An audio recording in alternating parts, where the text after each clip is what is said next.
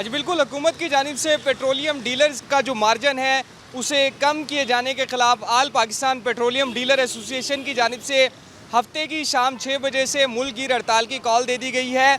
और आल Pakistan petroleum association की call पर जनूबी पंजाब पेट्रोलियम डीलर एसोसिएशन की जानिब से भी तमाम जो जनूब पंजाब के जो पेट्रोल पम्प्स हैं उन्हें हफ्ते की शाम 6 बजे से बंद करने का ऐलान किया गया है।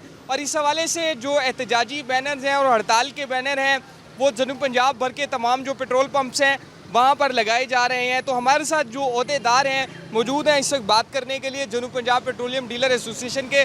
सर बताएं कि मुतालबा है क्या, और अगर मुतालबा मंजूर नहीं होता तो हड़ताल कब तक जारी रहेगी? गुजारिश ये है कि जी हमारा जो मार्जिन है पहले मंजूर हुआ था ज़्यादा, इन्होंने फिर वो स्टैंड किया, कम हो गए, फिर उसमें गुजारा होता रहा।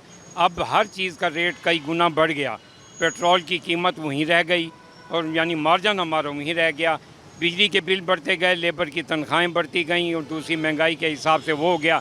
अब आम आदमी जो है महंगाई को मद्देनज़र रखते हुए पेट्रोल कम डलवाता है। जब ये हालात रहेंगे तो हम लोग मजबूर हैं या तो हमारा मार्जिन बढ़ाएं, नहीं बढ़ाते तो फिर हमारा काम यही है कि जी हम मजबूरन हड़ताल करेंगे। पाकिस्तान की मईशत वैसे डाउन है, मज़ीद और डाउन हो जाएगी।